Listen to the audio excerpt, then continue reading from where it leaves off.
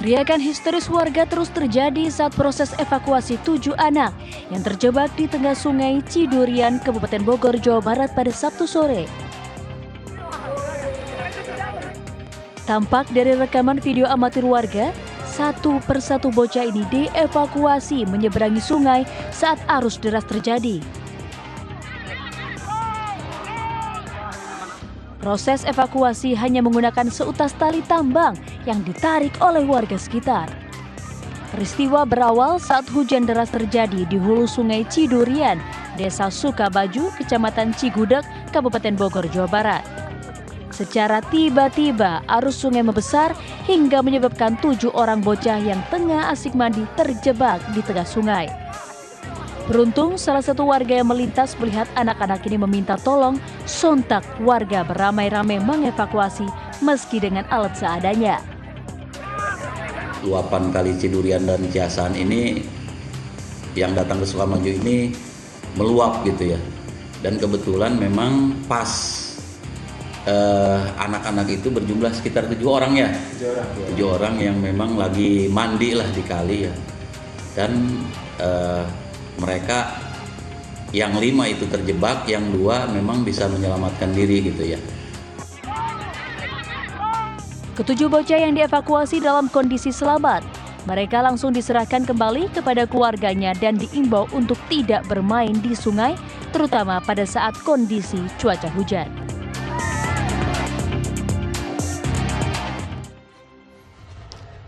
Assalamualaikum pemirsa, bagaimana kabar Anda pagi ini? Semoga sehat dan tetap semangat. Seperti biasa, sebelum kita mulai beraktivitas, kita update dulu yuk seputar informasi menarik agar pagi Anda lebih berisi.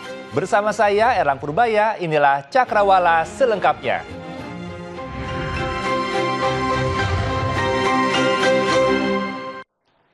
Kebakaran terjadi di Jalan Kemuning Bendungan, Jatinegara, Jakarta Timur. Kebakaran ini diduga akibat ledakan tabung gas 3 kg dari salah satu rumah warga di tepi aliran Kali Cipinang.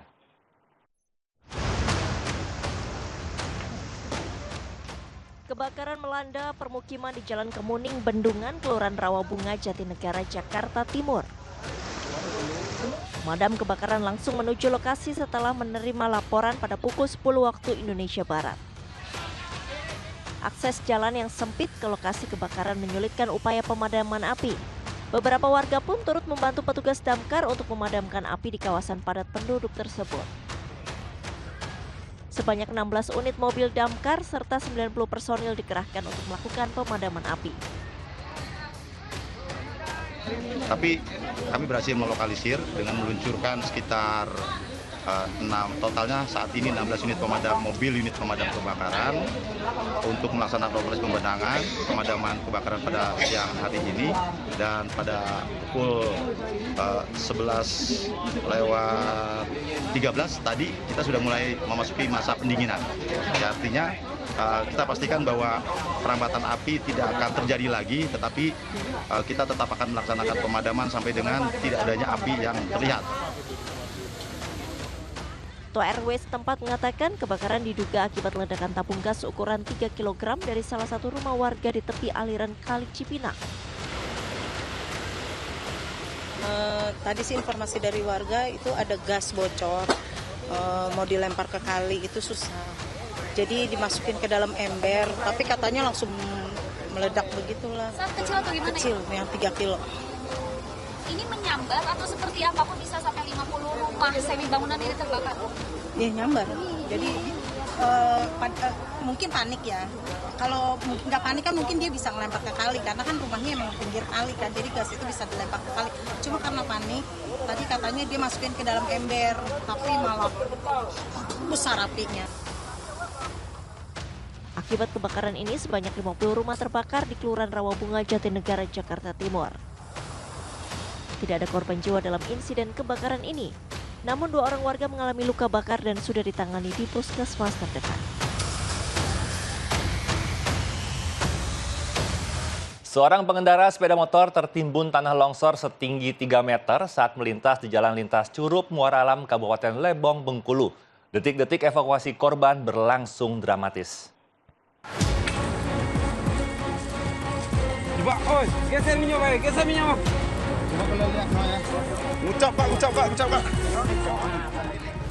Inilah video amatir saat warga berupaya mengevakuasi seorang pengendara sepeda motor yang tertimbun tanah longsor setinggi 3 meter di Jalan Lintas Curup, Muara Aman, tepatnya di Kecamatan Rimbo, Pengadang, Kabupaten Lebong, Bengkulu. Motor Firwai selamat. Korban yang melintas tiba-tiba tertimbun material longsor berupa tanah berlumpur dari atas tebing. Warga yang mengetahui kejadian tersebut langsung berupaya mengevakuasi korban. Beruntung material longsor hanya menimbun separuh badan korban. Meski demikian, warga cukup kesulitan mengevakuasi korban. Setelah berupaya sekitar 30 menit, korban atas nama Muhammad Zamzami, 45 tahun, berhasil dievakuasi dengan selamat. Selain pengendara motor, material longsor selebar 40 meter tersebut juga menutupi hampir seluruh badan jalan sehingga arus lalu lintas sempat terhenti. Saat ini material longsor berhasil dibersihkan oleh pihak kepolisian dibantu warga setempat.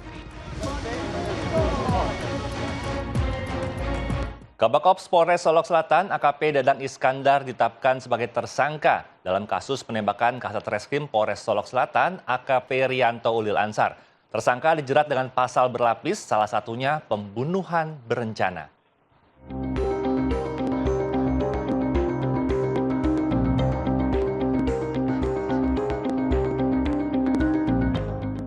Jumat dini hari 22 November lalu, insiden penembakan yang dilakukan oleh Oknum Kabak Ops Polres Solok Selatan AKP Dadang Iskandar terhadap Kasat Reskrim Polres Solok Selatan AKP Rianto Ulil Ansari mengejutkan banyak pihak. Akibat penembakan itu, Kasat Reskrim Polres Solok Selatan AKP Ulil meninggal dunia. Korban ditembak di bagian kepala oleh pelaku. Kapolda Sumatera Barat Irjen Pol Suharyono menyatakan penembakan korban ditenggarai berkaitan dengan penertiban tambang ilegal di Solok Selatan. Diduga pelaku penembakan Oknum Kabak Ops Polres Solok Selatan terlibat di dalam tambang ilegal tersebut. Adapun AKP Ulil ketika itu tengah mengusut kasus tambang ilegal.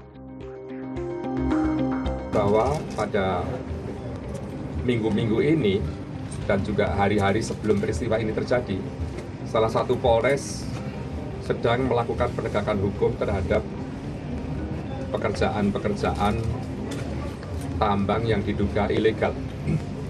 Jenisnya adalah penambangan sirtu atau galian C. Kita sebut galian C di wilayah Solok Selatan, di wilayah hukum Polres Solok Selatan, yang dilakukan oleh jajaran Reserse Kriminal Polres Solok Selatan yang dipimpin oleh AKP Ulil. Di dalam pelaksanaan kegiatan ini, tanpa diduga sebelumnya bahwa seorang perwira yang juga barangkali salah satu kita anggap sebagai tersangka, oknum dari anggota kami, juga pada posisi kontra terhadap penegakan hukum. Ini sesuatu yang tidak kami duga. Selang beberapa jam usai penembakan, Oknum Kabak Ops Polres Solok Selatan menyerahkan diri. Setelah pemeriksaan intensif, Polda Sumatera Barat pun mengumumkan penetapan tersangka terhadap AKP Dadang Iskandar kemarin. Tersangka dijerat pasal berlapis, salah satunya adalah pembunuhan berencana. Penyidik pun menyita sejumlah barang bukti termasuk senjata api yang digunakan. Tak hanya diproses secara pidana, sidang etik terhadap tersangka pun akan dilakukan. Dadang terancam hukuman maksimal, yaitu pemberhentian dengan tidak hormat. Sementara itu, Kapolri Jenderal Listio Sigit Prabowo memberikan kenaikan pangkat luar biasa anumerta kepada Kasat Reskrim Polres Solok Selatan AKP Rianto Ulil Ansari. Dengan penghargaan ini, pangkat AKP Rianto Ulil naik satu tingkat lebih tinggi menjadi Komisaris Polisi Kompol Anumerta. Kompol Anumerta Rianto Ulil diberikan kenaikan pangkat luar biasa lantaran gugur dalam menjalankan tugasnya sebagai Korps Bayangkara. Sementara itu pemirsa, Kasat Reskrim Polres Solok Selatan AKP Rianto Ulil Ansar sempat mengutarakan niat untuk mundur dari kepolisian ke pihak keluarga dekatnya sebelum akhirnya tewas ditembak oleh sesama rekan polisi. Almarhum juga selalu minta didoakan keluarga saat bertugas karena beratnya tugas yang dijalani. Duka mendalam masih dirasakan pihak keluarga Kasat Reskrim Polres Solok Selatan AKP Rianto Ulil. Para pelayat terus berdatangan di rumah duka di BTN Antang Jaya, Kota Makassar, Sulawesi Selatan. Di balik kasus penembakan oleh sesama rekan polisi ini, ternyata Kasat Reskrim Polres Solok Selatan AKP Rianto Ulil Ansar sempat mengutarakan niatnya pada keluarga besar untuk mundur dan berhenti dari kepolisian dan ingin beralih profesi menjadi pengusaha. Tak hanya itu, dari pengakuan keluarga, mendiang juga kerap meminta didoakan saat bertugas dan mengeluh soal tugas yang berat.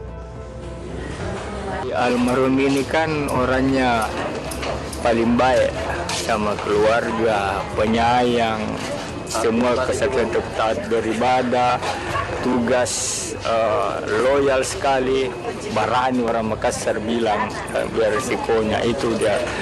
Cuma pesan waktu bulan lalu datang, menurut mamanya dia mohon doanya untuk karena tugasnya dia berat. Oh berarti berat dia bilang. Saya tidak disampaikan. Enggak, dia cuma bilang itu juga dekat dengan keluarga lain bahwa doakan saya. Itu dia punya. Mau berhenti dari. Itu dia bisa mamanya dia bilang boleh tidak saya tuh, tapi mamanya bilang kuat karena. Ya itu menurut kesaksian mamanya kan. Almarhum dikenal sebagai sosok yang dekat dengan keluarga besar dan bekerja secara profesional. Terakhir, AKP Rianto Ulil pulang ke kampung halaman di Makassar pada bulan lalu. Ia menyampaikan niatnya dalam waktu dekat untuk mengakhiri masa lajangnya. Penetapan zonasi sekolah di Jakarta akan dihapus. Selengkapnya sesaat lagi, tetap di Cakrawala.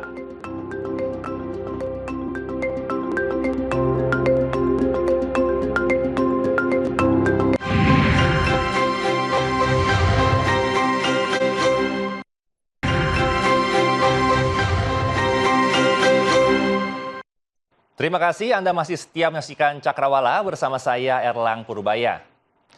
Pemirsa, tergiur dengan tawaran paket sembako murah seharga Rp10.000, ratusan emak-emak di Kecamatan Sawah Besar, Jakarta Pusat justru kena tipu. Tak tanggung-tanggung, uang warga dengan total hampir Rp2 miliar berhasil dibawa kabur oleh pelaku. Ibu berapa, Bu? 3.240.000. Allah, Ibu. 2 juta. Video luapan kekecewaan sejumlah emak-emak ini viral di media sosial karena sadar telah ditipu oleh seseorang. Masing-masing korban mengutarakan kerugian yang diderita berkisar jutaan rupiah. Ayo dong, berapa? Emak-emak warga Karanganyar, Kecamatan Sawah Besar, Jakarta Pusat ini telah menjadi korban penipuan dengan modus pembelian paket sembako murah seharga Rp10.000 oleh seorang wanita berinisial R. Pokoknya saya minta maaf, pokoknya besok barang turun. Ya. Oke, deal ya. Buat yang lain ya, ibu-ibu, mohon maaf kesalahan bukan dari kita ya. Nih ketuanya nih. Dicari aja mukanya yang paling cantik dan eksotik ini ya orangnya ya. Modus yang dilakukan terduga pelaku merekrut seorang koordinator yang bertugas mengumpulkan warga sebanyak-banyaknya dengan iming-iming mendapatkan bonus berupa sepeda motor dan mobil. Sejumlah koordinator dari tiap-tiap RW pun berhasil direkrut yang berperan menawarkan paket sembako murah seharga Rp10.000 kepada warga.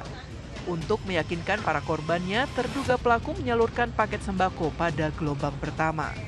Namun pada gelombang kedua dan ketiga setelah uang disetorkan para koordinator, paket sembako murah berisi beras, minyak goreng, dan gula pasir tak kunjung disalurkan. Warga yang kecewa bahkan sempat menggeruduk rumah terduga pelaku, namun sayangnya pelaku telah melarikan diri.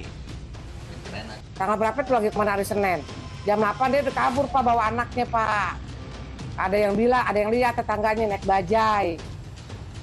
Para korban dan koordinator wilayah berencana akan melaporkan terduga pelaku ke polisi dengan menyertakan sejumlah bukti pendukung. Bencana banjir melanda sejumlah daerah di Indonesia. Tingginya intensitas hujan menyebabkan permukiman warga terendam banjir di Bandung Selatan. Sementara itu, banjir bandang menerjang Deli Serdang dan Tapanuli Selatan di Sumatera Utara.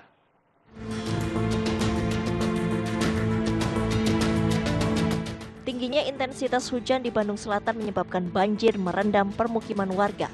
Ketinggian air di Kampung Bojong Asi, Kecamatan Dayakolot, Kabupaten Bandung, Jawa Barat mencapai 100 cm. Akses jalan kampung yang belum bisa dilalui kendaraan menyebabkan aktivitas warga terganggu. Sebanyak 16 kepala keluarga mengungsi karena rumahnya terendam banjir. Sementara sejumlah warga yang bertahan memilih berdiam diri di lantai 2 rumahnya. Warga berharap ada penambahan rumah pompa untuk mengantisipasi banjir di Kampung Bojong Asi.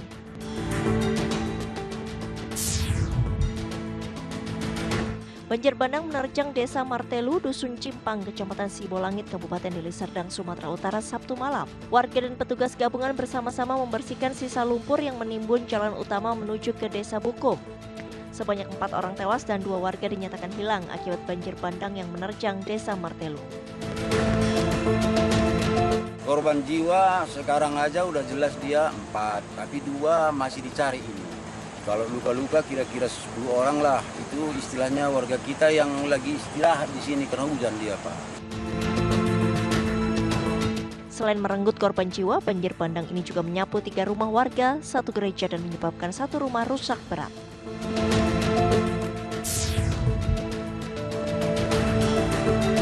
Satu unit alat berat dikerahkan ke lokasi banjir bandang di Desa Sipange Siunjam, Kecamatan Sayur Matinggi, Tapanuli Selatan, Sumatera Utara untuk membersihkan material lumpur.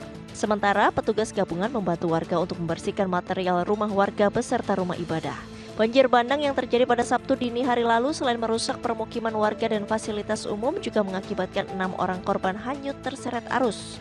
2 korban diantaranya meninggal dunia, sedangkan 4 korban lainnya mengalami luka-luka. Masa tenang jelang pencoblosan Pilkada Serentak 2024 sudah dimulai sejak kemarin. Di berbagai daerah, pihak KPU dan Bawaslu sempat serta pihak-pihak terkait telah menertibkan berbagai APK paslon peserta Pilkada 2024.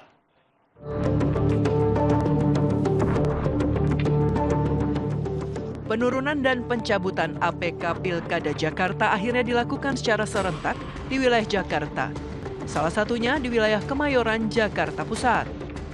Petugas Satpol PP Kecamatan Kemayoran, Jakarta Pusat pagi tadi menertibkan dan menurunkan ratusan alat peraga kampanye Cagup dan Cawagup Pilkada 2024 yang terpasang di jalan protokol kawasan Kemayoran, Jakarta Pusat seperti Jalan Garuda, Jalan Kemayoran Gempol, Kepu Barat, Kepu Selatan, dan Jalan Kebon Kosong. Kegiatan ini dilakukan karena masa kampanye untuk ketiga pasangan paslon Jakarta sudah berakhir pada pukul 00 tadi malam. Komisi Pemilihan Umum dan Bawaslu Jawa Timur bersama Satpol PP membongkar seluruh alat peraga kampanye paslon yang berkontestasi dalam ajang Pilkada Serentak 2024 di seluruh Surabaya pada Minggu dini hari. Penertiban ini dilakukan dengan dibantu seluruh tim kampanye pasangan calon. Pembongkaran APK ini karena sudah memasuki masa tenang jelang pencoblosan pada 27 November 2024 mendatang. Sementara KPU dan Bawaslu Kota Bandung, Jawa Barat dan Satpol PP serta pihak kepolisian dan TNI di Kota Bandung juga mulai menertibkan alat peraga kampanye pada Minggu 24 November dini hari. Sejumlah alat peraga kampanye yang ada di sejumlah ruas jalan dan titik di Kota Bandung mulai ditertibkan. Penertiban APK ini mengingat mulai tanggal 24 November hari Minggu ini sudah memasuki masa tenang jelang pemungutan suara Pilkada Serentak 27 November 2024 mendatang. Wakil Presiden Gibran Rakabuming Raka mengaku telah meminta Menteri Pendidikan Dasar dan Menengah untuk menghapus jalur zonasi dalam sistem penerimaan peserta didik baru. Tak hanya itu, Wapres Gibran juga menerangkan saat ini penting untuk mengajarkan anak-anak tentang pelajaran coding, programming, hingga digital marketing agar tidak ketinggalan dari negara lain.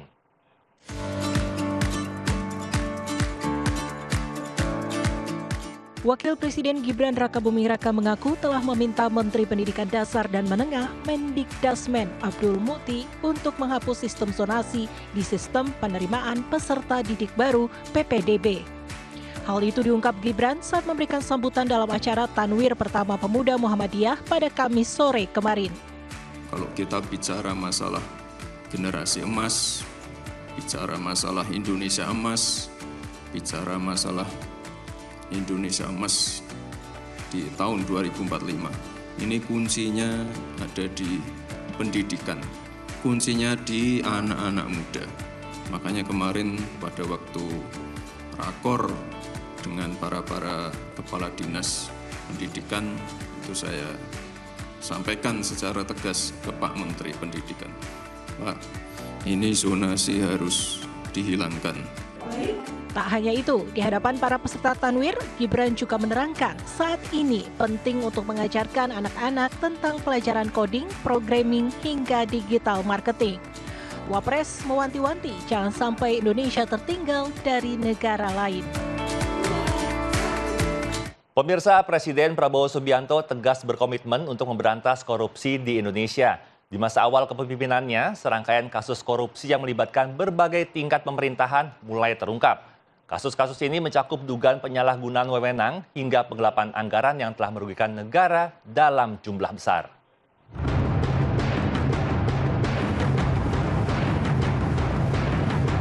Presiden Prabowo Subianto secara lantang menyatakan komitmennya untuk menjaga jalannya pemerintah tetap bersih dari praktik korupsi dan kolusi. Hal ini pernah dinyatakan Presiden Prabowo usai dilantik pada 20 Oktober 2024 lalu. Dalam pidato perdananya, Prabowo mengatakan bangsa Indonesia harus menghadapi kenyataan tentang maraknya kebocoran-kebocoran anggaran yang ditimbulkan akibat korupsi. Jika tidak segera diberantas, hal ini bisa menjadi masalah yang membahayakan bagi penerus bangsa. Kita harus berani mengakui terlalu banyak kebocoran-kebocoran dari anggaran kita, penyimpangan-penyimpangan, kolusi di antara para pejabat politik, pejabat pemerintah di semua tingkatan dengan pengusaha-pengusaha yang nakal, pengusaha-pengusaha yang tidak patriotik. Janganlah kita takut untuk melihat realita ini. Prabowo menyatakan pemerintahannya harus berani menghadapi dan memberantas korupsi. Ia menyebut praktik rasuah di tanah air harus dikurangi secara signifikan. Pemerintah akan berupaya menekan potensi korupsi melalui perbaikan sistem, penegakan hukum yang tegas, dan juga digitalisasi. Ambisi pemberantasan korupsi di Indonesia ini juga merupakan program keberlanjutan dari pemerintahan sebelumnya. Misi memperkuat reformasi politik, hukum, dan birokrasi, serta memperkuat pencegahan dan pemberantasan korupsi dan narkoba merupakan salah satu dari 8 misi yang diusung Prabowo Gibran dalam program Astacita untuk mewujudkan visi bersama Indonesia maju menuju Indonesia Emas 2045. Sementara itu pemirsa, sejumlah kabar menarik dari berbagai wilayah di tanah air telah kami rangkum selengkapnya untuk Anda sebagai berikut.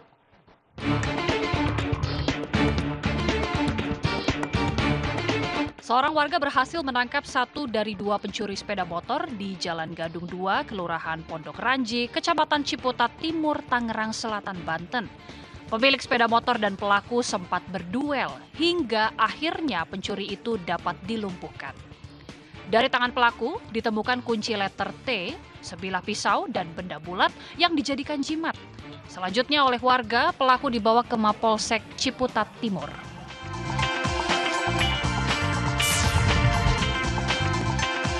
Satu mobil jenis minibus bertabrakan dengan sebuah truk pengangkut bahan beton di Jalan Siliwangi, Cibadak, Kabupaten Sukabumi, Jawa Barat. 5 orang menderita luka-luka, termasuk pengendara sepeda motor yang terpental saat kedua mobil tersebut bertabrakan. Seluruh korban langsung dibawa ke Rumah Sakit Umum Daerah Sekarwangi. Hingga kini, polisi masih menyelidiki penyebab kecelakaan.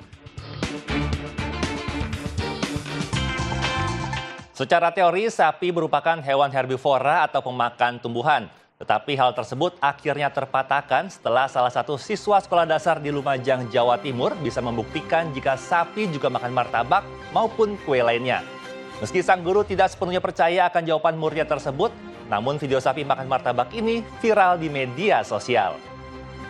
Berita ini sekaligus menutup perjumpaan kita pagi ini. Saya Elang Purbaya beserta kru yang bertugas pamit undur diri. Tetap semangat, sampai jumpa dan wassalamualaikum. Susu biasanya makan apa? Sapi susu. Ayo apa? Rumput. Apa Des? Makan apa sapi susu? Nenek tonggoku Pak, martabak dicampur buah-buahan ambil anu Pak. Apa? Apa sini Pak? Inilah video viral saat seorang guru menjelaskan makanan hewan kepada muridnya di kelas. Seorang siswa menjawab sapi milik tetangganya diberi makan martabak. Pada bertanya, sapi makan martabak ada enggak? Sang guru yang penasaran dengan jawaban sang murid akhirnya mendatangi sapi tersebut sambil membawa sebungkus martabak. Dibuktikan ya, kalau memang sapi ini makan martabak berarti kamu tak kasih hadiah. Ini sapi ini tonggomu. Siapa yang punya namanya? Saat diberikan martabak tersebut langsung dimakan oleh kedua ekor sapi. Penjini benar berarti Desril pinter. Aduh, betul. Pak Rembut salah kotak. Sini. Ternyata sapinya makan. Menurut pemilik sapi Kamali, ia sudah memelihara sepasang sapi jenis Madura tersebut sejak 6 bulan yang lalu. Kamali mengaku memang sering memberikan kue maupun martabak kepada kedua ekor sapinya, selain makanan berupa rumput. Kedua ekor sapinya juga tidak mengalami gangguan pencernaan setelah makan kue maupun martabak. Martabak ya, ini praktek dengan langsung. Kalau ada kue habis undangan itu saya kasih pisang itu tahu. Sosok guru dan murid yang viral dalam video sapi makan martabak tersebut adalah Ribut Santoso dan Desril Noviandi. Guru dan murid Sekolah Dasar Negeri Pagoan 1, Kecamatan Pasir Jambe, Lumajang. Sementara itu, Desril mengaku sengaja menjawab jika sapi itu makan martabak karena sempat melihat sapi tetangganya makan martabak. Ceritanya ada soal, terus tak jawab itu karena aku tahu lihat. Oh, pernah lihat ya? Itu sapi siapa itu?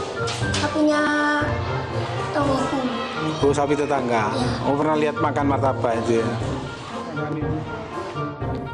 Video pembuktian jika sapi makan martabak yang diunggah sang guru melalui media TikTok ini akhirnya viral setelah disaksikan oleh lebih dari 21 juta penonton sejak diunggah 6 hari yang lalu. Sini. Ternyata sapinya makan martabak. Sapi ini 6 bulan, 5.000.